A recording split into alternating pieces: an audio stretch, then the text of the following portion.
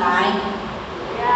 不要等到奄奄一息才领悟无常，不要等到无药可救才感恩生命，不要等到生命终止才断恶行善，不要等到面临死亡才想到修行，不要等到神志不清才求佛保佑，不要等到离开人世才寻求解脱，不要等到身心分离才求生佛国。好，感谢各位浅显。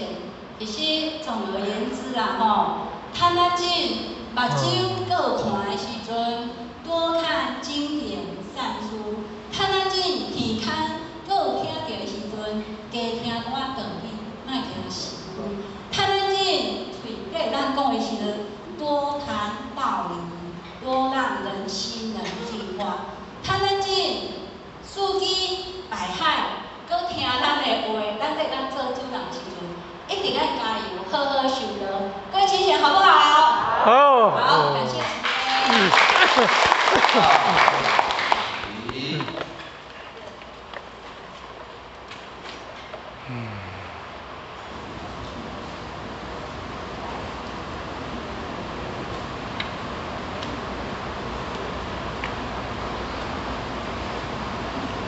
感谢无讲师慈悲，且到公坤道鞠躬，谢谢讲师。